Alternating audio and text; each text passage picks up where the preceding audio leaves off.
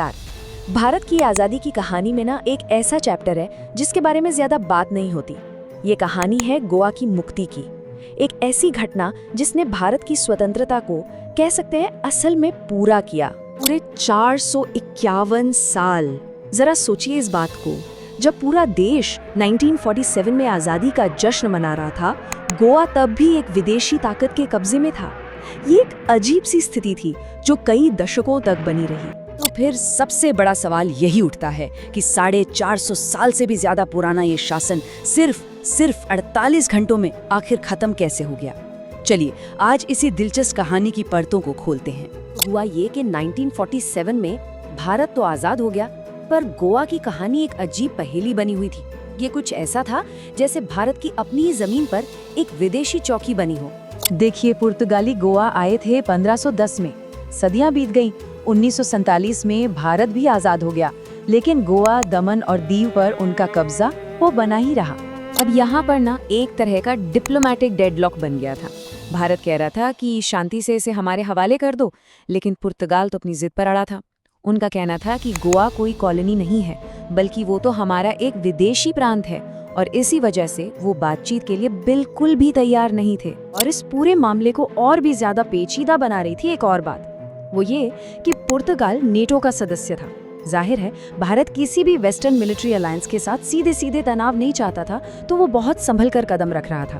वो एक तरफ तो ये कूटनीति काम नहीं कर रही थी, लेकिन दूसरी तरफ गोवा के अंदर ही आजादी की एक चिंगारी सुलगने लगी थी।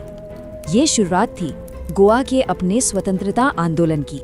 और ये कोई एक दिन का आंदोलन नहीं था, नहीं, ये तो सालों तक चला। इसमें सविनय अवज्ञा के विरोध प्रदर्शन हुए, जमीन के नीचे से सीक्रेट मूवमेंट्स चलाए गए, लोगों को पॉलिटिकली एक साथ लाया गया, और इन सब का मकसद सिर्फ एक था, पुर्तगाल के शासन से आज़ादी। इस पूरे आंदोलन में एक बहुत बड़ा टर्निंग पॉइंट आया 18 जून 1946 को। उस दिन क्या हुआ? डॉक्टर राम मनोहर लोहिया ने पब्लिक मीटिंग्स पर लगे बैन को खुलेआम तोड़ दिया। बस उनके इस एक हिम्मत भरे कदम ने पूरे गोवा में विरोध की आग को जैसे और हवा दे दी। तो सालों तक ये विरोध प्रदर्शन चलते रहे, डिप्लोमेसी फेल होती रही, और फिर एक ऐसी घटना हुई जिसने सब कुछ बदल कर रख दिया। ये वो मोड़ था जहां एक पॉलिटिकल मुद्दा अब एक मिलिट्री एक्शन की तरफ बढ़ रहा था।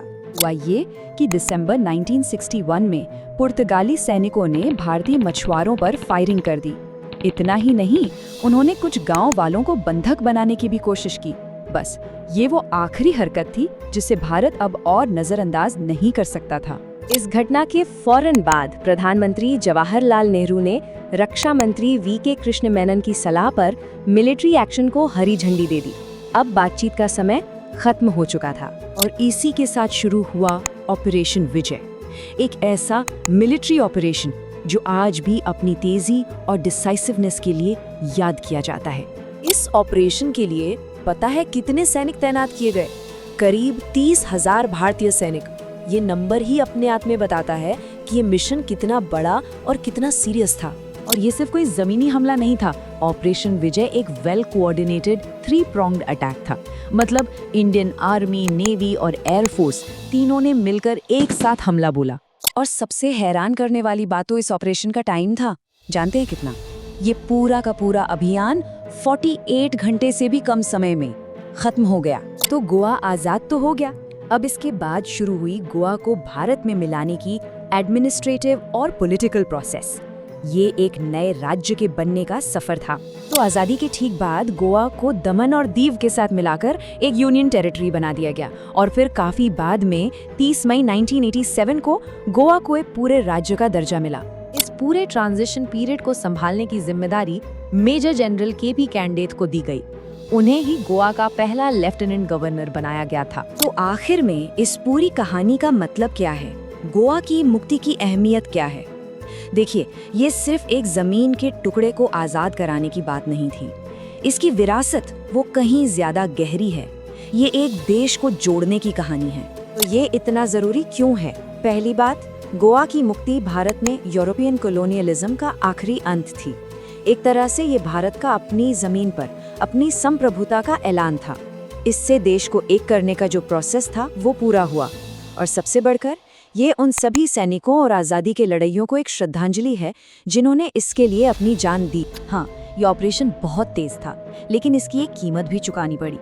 इस अभियान में 22 भारतीय सैनिक शहीद हुए और करीब 30 पुर्तगाली सैनिकों की भी जान गई। उनके इस बलिदान को भारत की एकता और अखंडता में एक अहम योगदान के तौर पर हमेशा याद रखा जाता है। तो गोवा की कहानी ये सिर्फ इतिहास का एक किस्सा नहीं है, ये हमें संप्रभुता और राष्ट्रीय पहचान के बारे में बहुत कुछ सिखाती है और एक सवाल छोड़ जाती है कि किसी भी देश की सरहदों का असली मतलब आखिर होता क्या है।